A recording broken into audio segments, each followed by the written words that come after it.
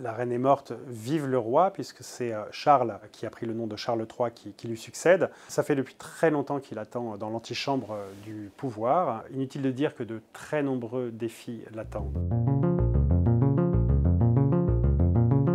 Oui, sans aucun doute, parce que depuis très longtemps, il patiente.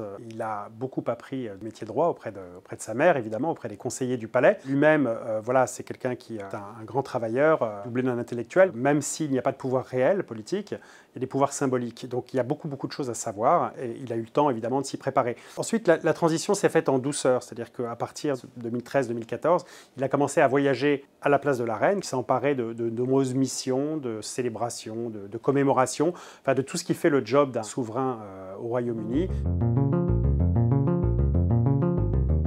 C'est la grande question, évidemment, et de ce point de vue-là, il démarre d'assez bas. Elisabeth II avait à peu près 90% d'opinions favorables. Pour Charles, c'est plus compliqué. Il plafonne à peu près à 55-56% d'opinions favorables. Et il a longtemps été le mal-aimé, quelqu'un d'incompris. Son divorce avec Diana a fait beaucoup de tort à son image, mais pas seulement, il y a aussi son caractère, un peu ombrageux.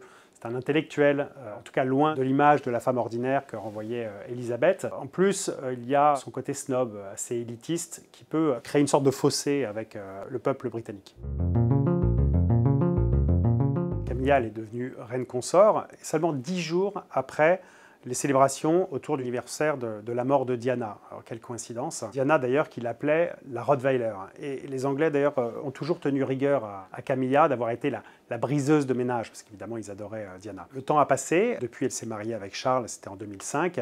Elle a su se faire accepter dans l'opinion. Elle a su aussi, et c'était très important pour les Britanniques, se faire accepter par Harry et William, et puis aussi par la reine. Pour ça, donc, elle a su miser sur des qualités qui sont vraiment essentielles, aux yeux en tout cas des Britanniques, c'est la simplicité, l'humour et puis le sens du devoir. C'est sans doute ce qui lui permettra de devenir une reine sans trop faire de vagues. Après, de là à se faire aimer des Anglais, c'est encore autre chose.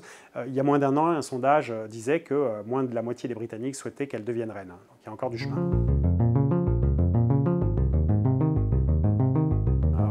Avec les Windsor, rien n'est jamais simple. On l'a vu avec la série The Crown. Le linge sale ne se lave pas du tout en famille, il s'étale à la une des tabloïds. Et la reine, voilà, c'est beaucoup dépensé pour essayer de remettre tout ça au pas. Parce qu'il en sera de même avec Charles.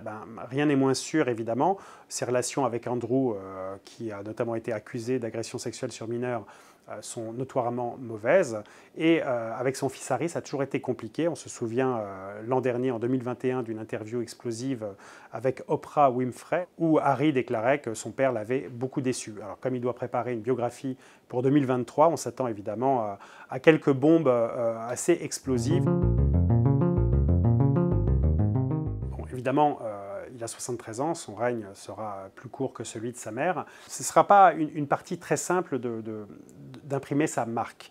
En revanche, ce qu'on sait déjà, c'est qu'il compte, en matière de religion, faire un changement. Sa mère était gouverneure suprême de l'Église anglicane, c'est un titre auquel elle tenait beaucoup. Charles, lui, se voit plutôt en défenseur des foi, c'est-à-dire plutôt une dimension multiconfessionnelle qui correspond d'ailleurs beaucoup mieux au Royaume-Uni tel qu'il est aujourd'hui. Après, il y a aussi la dimension écologique. Alors Charles, depuis longtemps, il est féru d'environnement. Dès 1970, il déclarait la guerre au plastique. Il a même transformé son manoir de Highgrove en gigantesque potager bio.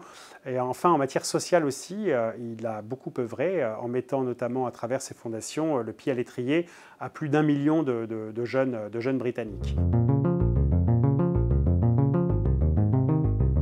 Le plus grand défi qui attend Charles, c'est la cohésion du Royaume-Uni et au-delà. Au-delà, c'est d'abord le Commonwealth. Le Commonwealth, c'est 15 États d'anciennes possessions de l'Empire britannique. Élisabeth II y a veillé vraiment jalousement pendant toutes ces années. Et à la fin de sa vie, elle a eu la désagréable nouvelle d'apprendre que effectivement, la Barbade, qui était l'un de ces États, avait décidé de devenir une république. Apparemment, il y a d'autres États qui grincent, notamment aux Antilles, mais aussi l'Australie, la Nouvelle-Zélande, qui ont décidé de prendre leur distance. Et plus près de lui, il y a aussi le Royaume-Uni. Et là, c'est compliqué, la reine était intouchable, donc même s'il y avait des velléités d'indépendance, voilà, elle s'exprimait, on va dire, de façon plus modérée. Avec Charles au pouvoir, il y a une opportunité en Irlande du Nord et aussi en Écosse, effectivement, de pousser un petit peu leurs avantages, et notamment à la faveur du Brexit, qui a réveillé on va dire, les velléités indépendantistes. Ce sera évidemment l'affaire de la nouvelle première ministre, Liz Truss.